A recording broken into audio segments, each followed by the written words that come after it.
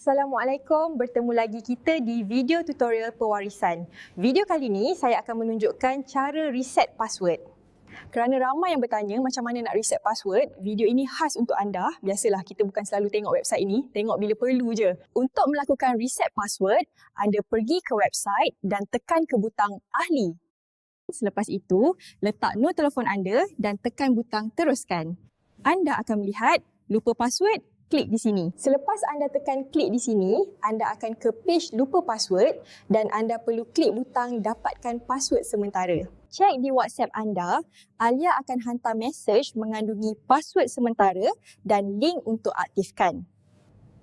Setelah anda di-add WhatsApp, kami telah meletakkan perkataan password di ruangan chat. Untuk anda, tekan sahaja butang send.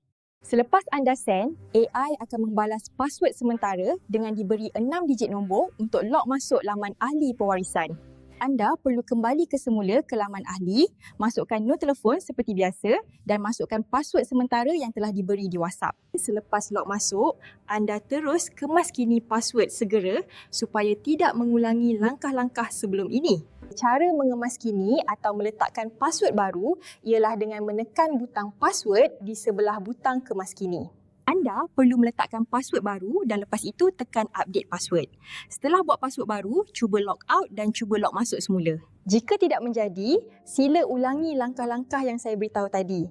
Cuba buat dengan satu demi satu, jangan laju-laju. Setakat ini sahaja video tutorial pewarisan. Jika ada lagi pertanyaan atau soalan, sila beritahu di ruangan komen. Sekian, terima kasih dan jumpa lagi.